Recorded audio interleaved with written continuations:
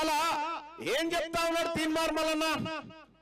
Right to education act section 12(1)(c) ప్రకారం ఈ private విద్యా సంస్థలలో 25% సీట్లు ఫ్రీగా ఇవ్వాలని చట్టం చెప్తా ఉంది కదా. ఈ మాట ఎందుకు ప్రభుత్వం ప్రజలకు చెప్తలేదు? ఈ మాట ఎందుకు విద్యా సంస్థల వాళ్ళు పేరెంట్స్ కు చెప్తలేరు? నేను అడుగుతా ఉన్నా, తల్లిదండ్రులారా, మీ పిల్లలకు ఫ్రీ ఎడ్యుకేషన్ కావాలా వద్దా? కావాలనుకుంటూనే చేయలేవటండి. మీ పిల్లలకు ఫ్రీ ఎడ్యుకేషన్ కావాలా వద్దా? కావాలా వద్దా?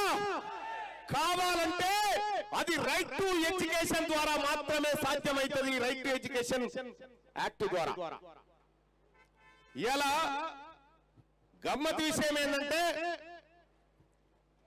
హైదరాబాద్ లో ఓన్లీ హైదరాబాద్ లో శ్రీ చైతన్య నారాయణ స్కూల్ ఇంటర్మీడియట్ కాలేజీల దోపిడీ 8,000 కోట్లు తెలుసా?